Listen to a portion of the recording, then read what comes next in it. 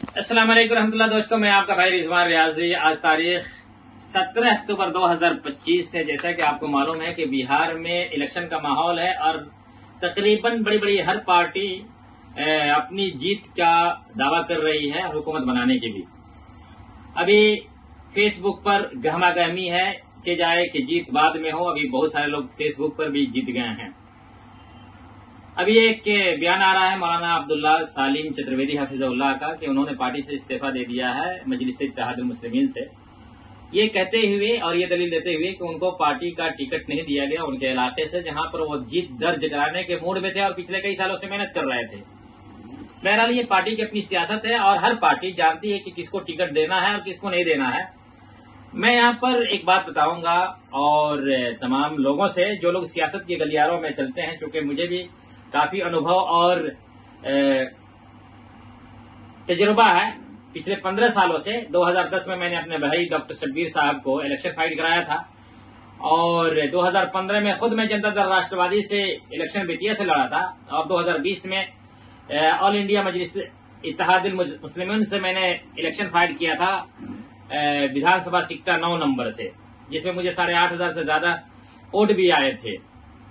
मैं अपनी जाती तजुर्बात की बुनियाद पर कह रहा हूं कि आप या कोई भी आदमी जो सियासत के गलियारों में घुसा हुआ है, वो ये न साबित करने की कोशिश करे कि मैं ही हूं तो पार्टी रहेगी।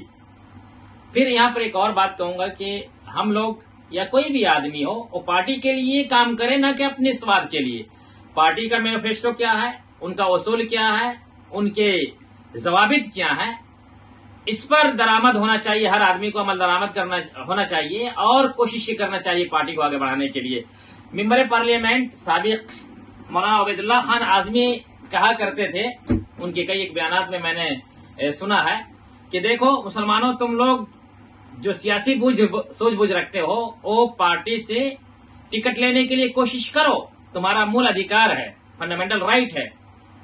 लेकिन पार्टी किसी एक ही को टिकट देगी।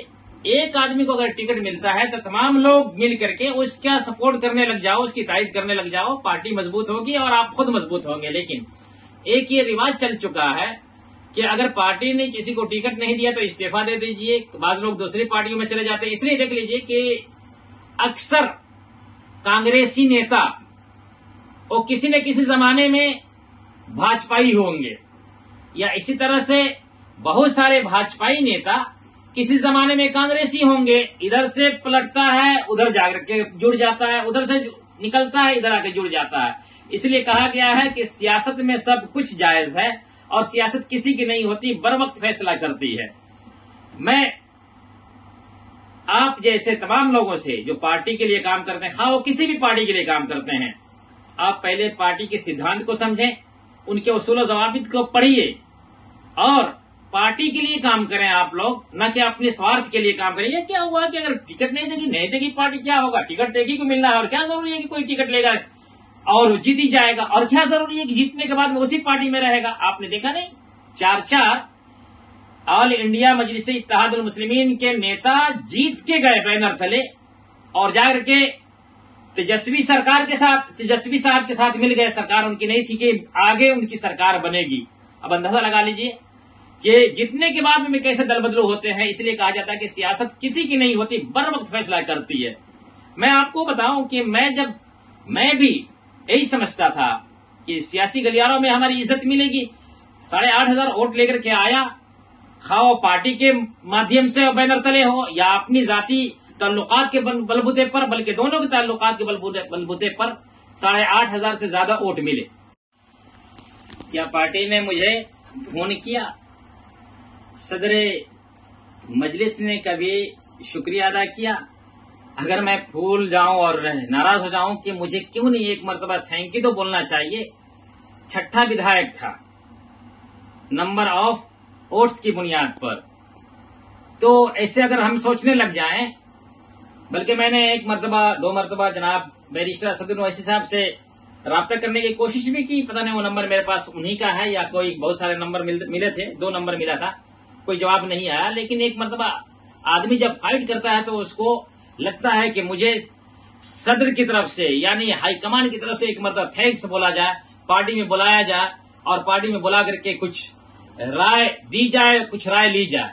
اب ظاہر سی بات ہے کہ سکٹا میناڈار چھیتر سے اتنا زیادہ ووٹ لینے کے بعد میں اس سال دوڑ میں نہیں تھا اور نہیں ہوں۔ اس کی کئی ایک وجوہات ہو سکتی ہیں، خواہ وہ مادی ہو، مانوی ہو، سیاسی ہو، معاشرتی ہو، سماجی ہو، جو کچھ کہا جا سکتا ہے چلیے وہ تو میں جانتا ہوں اور میرا رب جانتا ہے۔ تو میں یہ کہوں گا کہ پارٹی کے اوپر بھروسہ رکھیں آپ لوگ، جس پارٹی کے ساتھ آپ ہیں، اور خاص کر ہماری یہ پارٹی آل انڈیا مجلس اتحاد المسلمین مسلمانوں کے حقوق کی بات کرتی ہے اور لیڈرشپ پیدا کرنے کی بات کی جاتی ہے۔ کبھی کبھی میں بھی یہ چاہتا ہوں کہ میں اس پہ بات کروں، لیڈرشپ پیدا کرنے کی کوشش کرنی بھی چاہیے۔ یہاں پر کبھی میں سوچتا ہوں کہ بولوں کیا بولوں، کہ لیڈر بننے کے لیے تعلیم بہت ضروری ہے۔